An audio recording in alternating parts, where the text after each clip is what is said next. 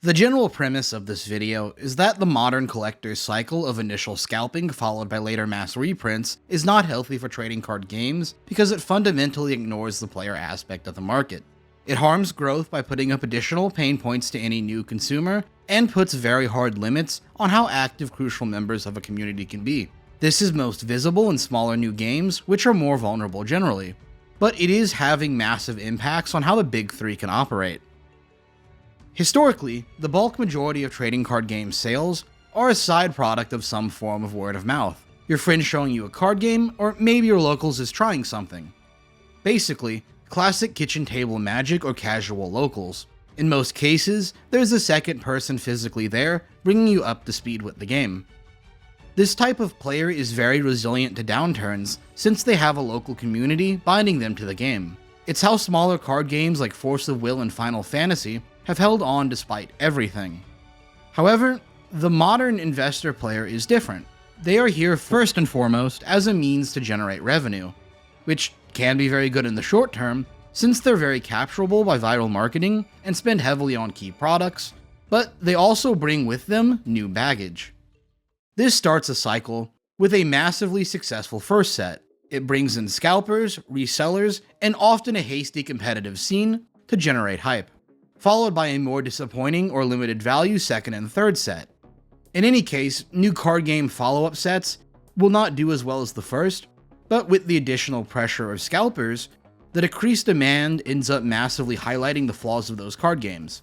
Think Union Arena and Star Wars Unlimited, where the bad pull rates become really noticeable the longer you sat with them.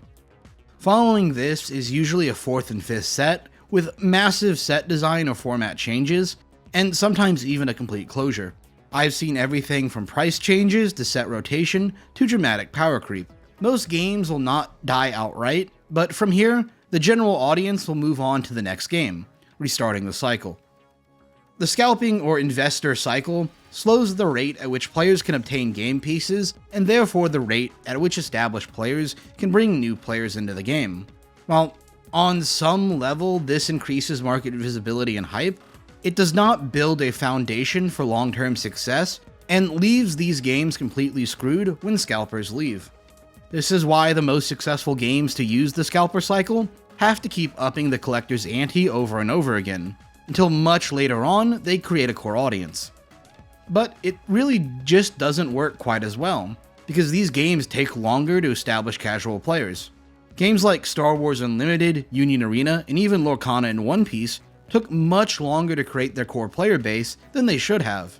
The worst example, Union Arena, got hit with some massive losses as penance to slowly build up its community again after the first few sets died down. It is a cycle of boom and bust that has unfortunately claimed too many new card games. Games that I wish were more successful and easier to play. Games that, when it really mattered, couldn't keep a large enough pool of people to keep mainstream appeal. This cycle happens because the modern cycle of creating a card game cuts out the kitchen table player, or even children more broadly. The community of these games instead consists of resellers and a scant few competitive players, both of which are the most burnout-inducing demographics on the planet. Companies want to target these demographics for a few simple reasons. They're big spenders, and if you run the market correctly, you don't have to support these games long-term, and can instead just move on to the next thing with less risk. Plus, the general population demographics of developed countries look like this, with a larger proportion of unmarried men, and with most kids today having less disposable funds generally. So you can cut out the traditional casual player, which tends to fall outside of the largest demographic. It's very similar to how LEGO has been moving to price out children and refocus on collectors, with very little limits on how they spend. But while this tactic is immediately profitable, it ends up slowly damaging their brand's perception and the perception of those that engage with the hobby. It's better for profit margins, better for shareholders, worse for the consumer, and much worse for future consumers. That's the general concept about why the cycle happens, and partially why so many new card games fail. There are a ton of specifics to this predatory monetization, and the rinsing of the most engaged players that I'm just not going to cover here. I recommend checking out this other video I made about how predatory card games have to be to survive. But where I want to go with this video is that this cycle is also affecting the 3 established games in massive ways. That there are very real consequences to tailoring these games to investors and competitive players, instead of the lower level casual players. Long-term, hard to deal with consequences. You can split this video into 3 parts. Magic the Gathering's new player Churn, Yu-Gi-Oh's competitive Spyral, and lastly Pokemon in the most obvious bubble known to man. One of my favorite article headlines of all time reads, "Leaked Amazon memo warns the company is running out of people to hire." An absurd premise that stated Amazon's employee burnout, caused by horrible working conditions and hard caps to career progression, meant the company was seriously at risk of churning through the entire employable population in America. While it's hard to know exactly how true this was, we do know that around this time, Amazon made serious changes to how their employee turnover was handled. Probably more from the government starting to look at things than running through that many people. But this very real concept of a market cap is what I want to talk about in regards to Magic the Gathering and their business model. Hasbro has been employing a business strategy of pivoting Magic the Gathering towards catering to structured Commander players, pure Funko Pop collectors, and Rudy from Alpha Investments, taking the focus away from classic kitchen table and competitive players who are hard to market towards consistently at the most extreme level. Looking at why, Commander players are much easier to cater towards. They only require singles so they can be given less, which helps take tension away from a TCG's inherently predatory pull rates and pricing. And they can be sold secret layers or direct-to-consumer product in singleton format, allowing for more total volume. Second, Commander players also have more room to use weaker cards, which ensure a set can sell at any power level. Third, Commander players are more receptive to third-party IPs under Universes Beyond, which is massive for potential sales. And fourth, Commander has the largest portion of new players out of any Magic format. So Magic the Gathering is incentivized to take support away from other formats like Standard, Modern, and Legacy, which have seen constant shakeups and a general decrease in support of the competitive scene. Almost a complete decimation on the local level, with a majority of stores cutting their events and replacing them with just Commander. For the collectors and investors, cards as game pieces is secondary, which allows for both wizards to cut corners and pump out more sets than ever, but also ensure that other forms of value are there to consistently enable sales, either through promoting investment potential, scalping, brand investment, or false scarcity. This new collectability combines with the drive to Commander to create a series of products that is both targeted primarily at casual players while being extremely antagonistic towards them. Commander decks and sets have gone up in price dramatically, limited run secret lair products became unobtainable to anyone with a job, there's a faster rotating metagame in every format, and lastly a sunsetting of the first party IP of Magic the Gathering. From this, we can understand Magic the Gathering's take on the investor cycle.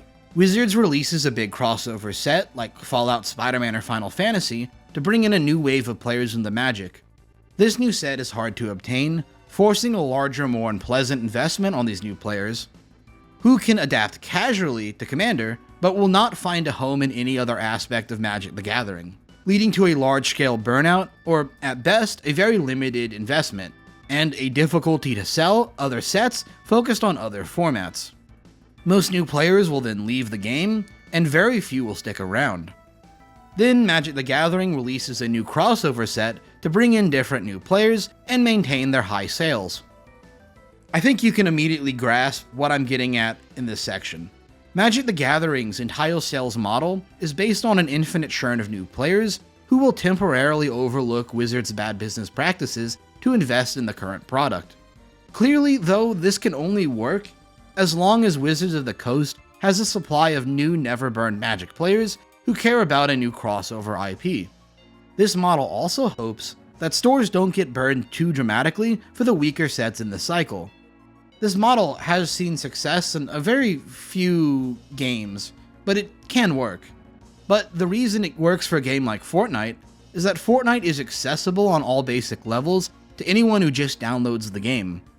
Magic the Gathering isn't, and can never be by its inherent design. Trading card games are fundamentally inaccessible, requiring large upfront financial and time investments that are often made worse by each individual company's practices. If the required investment is large enough, only a few demographics can realistically buy in. In Magic's case, it's mostly single 20 to 40 year old men, which is why every crossover Magic IP is popular primarily with people born in the 90s and 2000s. It's targeted at a temporary demographic with no plans to move the game into the future beyond the short term. It leaves the only real conclusion for the future of Magic to be a decline once it hits the hard-to-predict peak. Perhaps Wizards of the Coast can prevent it, but it is unlikely given that they are bound to shareholder demands, which think only in the short term. They eventually will have to change or face failure eventually, but who knows when the current ownership will feel enough pressure to actually have to make that choice. I would imagine a lot of Hasbro executives have a great golden parachute out of the company. Yu-Gi-Oh! Is a bit of an outlier in this video, really not even being successful enough for the investor cycle. But it's worth talking about how it shares similar issues with player retention, even if it's from entirely different reasons. So, Yu-Gi-Oh! Is notoriously a very difficult game to play. It's extremely complex, extremely fast, and extremely nuanced in how matches can play out. Games are extremely back and forth, but only when players have invested enough time into learning the game. As such, when you tell the average person about how competitive Yu-Gi-Oh! Actually is, they won't believe you. Like, it's a flat-out refusal to engage with the game as it is, which translates to a complete refusal to learn the game, interact with the brand, and for some reason, even a tying of this position to their personality. But more broadly, Yu-Gi-Oh! Has a perception issue with new and casual players that has done massive harm to this game's ability to grow and stick around. Big new player pushes, like with Duel Links, Master Duel, Rarity Collection, and the starter decks, have largely failed to retain most new players and their interest. Konami even acknowledges this in their shareholder meetings. But now even new waves of nostalgia pandering can barely get people into the door. To be fair to these casual players, there's very little room for Yu-Gi-Oh! Players outside of a narrow sliver of competitive play. Sure, the mole chummies enable a really cool risk and reward when deck building, but only if you actually know how to build around them. Sure, sequencing around disruptions is fun, but only if your deck has the effects and ratios to be able to do that. And sure, competitive tournaments are larger than ever, but only if you have the money and time to be able to attend them. Not to mention how absurd the price point is to even begin to pick up the game. It's just not much room for your average casual player to engage in even a simple locals. You might say your normal locals is going to be pretty casual, but I have never been to a locals where there's not at least half the people there tryharding out of their ass. I do it too, it is what it is. You can't hate players for playing the game. So, Yu-Gi-Oh! Is left with less total players and a tightening competitive scene. It requires more and more engagement and more money, kinda like a dying gacha game. It's why a lot of channels are struggling with traditional competitive content at the moment. It is just too big of an ask for the casual consumer culture YouTube demands for success. Yu-Gi-Oh! As a game is amazing, but it lacks a home for most players and has no methods of actually onboarding and retaining any new players, which is a massive contributing factor to why the game's sales are so inconsistent. Remember what I said about Magic targeting casual players because they're much more consistent to market towards? Yu-Gi-Oh! Shows us the opposite extreme of that, albeit a lot less willingly. How do I put this? Competitive communities are necessary for getting a game through the toughest times. The more active a community, the more resilient it is. However, these active, engaged, competitive, classically competitive players are more receptive to a give and take with the products the company offers, which can of course affect sales in a very difficult to handle way. If you actually target the casual audience, you have a stronger baseline, because you can sell them stuff without them thoroughly dissecting everything or even really having as much of a sizable prior engagement. That's why a lot of stuff today is casual focused. So Yu-Gi-Oh! Being as it is very weird. Like a dying gacha game, as I said, because I really do think outside of Japan, they've given up on new players. I think Yu-Gi-Oh! Will live long term, but each year things will get a little worse, a few more locals will die, a few more sets won't sell, fewer new players will pick up the game, and more established competitive players will bow out. Cost cutting is a hell of a drug for corporations. Eventually, Konami will have to either reinvent their product strategy, pivot to another form of Yu-Gi-Oh!, or double down again on milking its remaining players dry.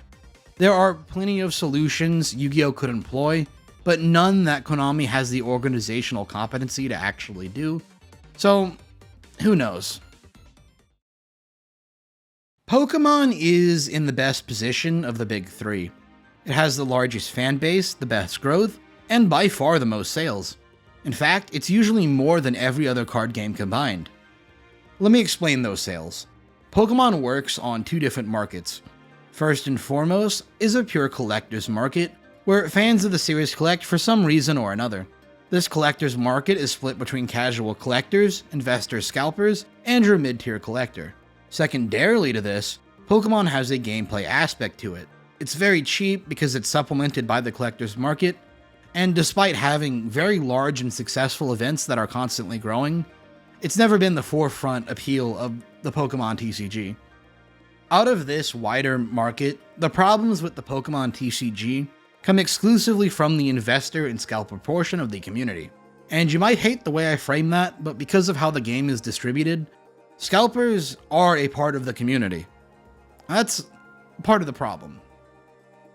Something that happens every so often in Pokemon is that a wave of investors start putting serious money into buying and reselling Pokemon cards for some brief window of profits. Typically, these are started by some outside event generating hype, such as the previous COVID-19 pandemic in Logan Paul, or in the modern case, with Pokemon Pocket getting sales.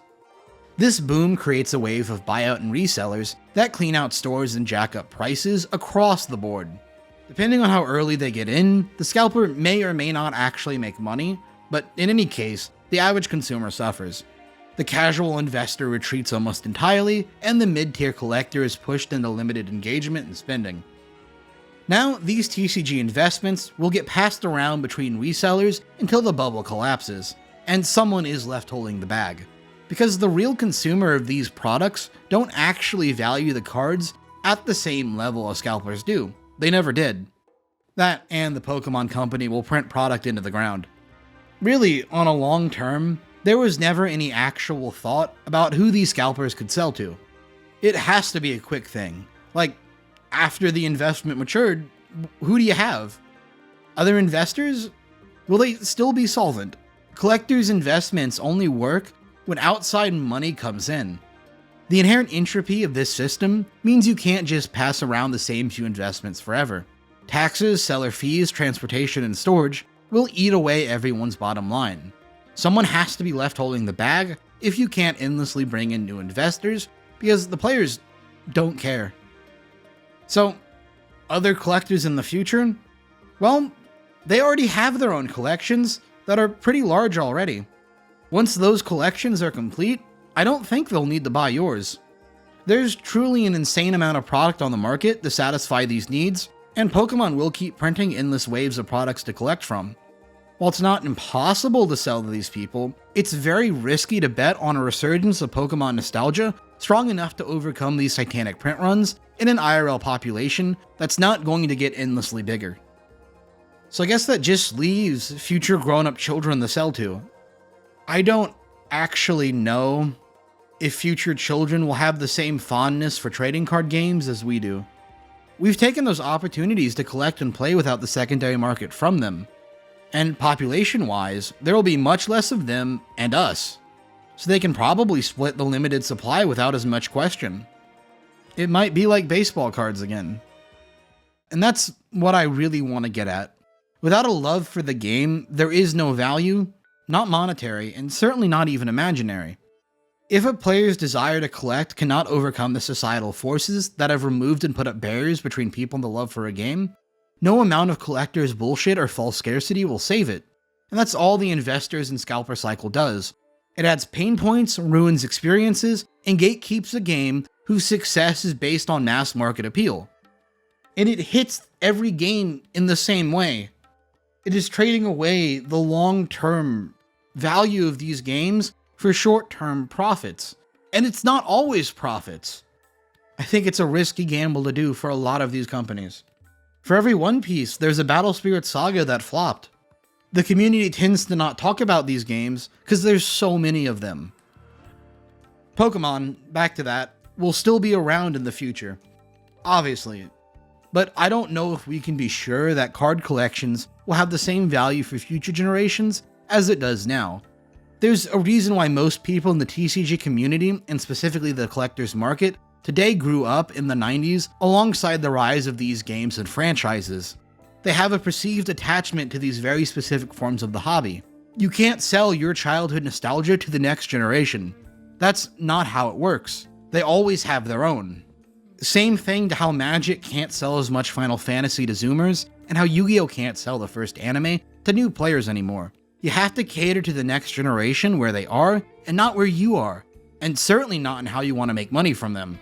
There is a very clear clock on needed changes that if it expires, the next generation will not keep with it. If these games cannot meaningfully offer value to future players, the next biggest thing will take over. And in Pokemon's case, it's probably just going to be a different version of Pokemon than from what we have now. And in Pokemon's case, it's probably just going to be a different version of Pokemon than from what we have now. But your collection probably won't have as much value. I don't really like how serious this section of the video turned out, but broadly speaking, I think it's dumb to treat future cultural values as if they will be the exact same as today, without any of the prior circumstances being the same. And furthermore, that's a really stupid system for evaluating trading card game investments. Thanks for watching, and I'll see you next time.